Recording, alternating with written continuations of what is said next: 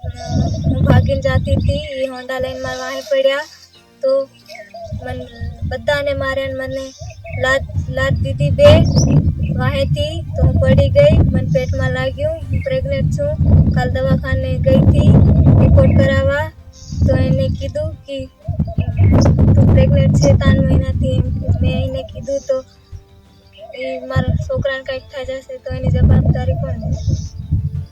સુરેન્દ્રનગરના ચોટીલામાં પ્રાંત અધિકારી ખનીજ માફિયાઓ માટે માથાનો દુખાવો બન્યા છે. તેઓ અત્યાર સુધીમાં કરોડો રૂપિયાની ખનીજ ચોરી પકડી ચૂક્યા છે. અગાઉ તેમણે રેડ દરમિયાન ખાણોમાં કામ કરતા શ્રમિકોને સમજાવી વતન પરત મોકલ્યા હતા. પ્રાંત અધિકારીની ટીમે ધોળિયા ગામે કાર્બોસિલની ખાણો પર રેડ પાડી હતી અને 38 શ્રમિકોને બહાર કાઢ્યા હતા અને લાખો રૂપિયાનો માલ પકડ્યો હતો.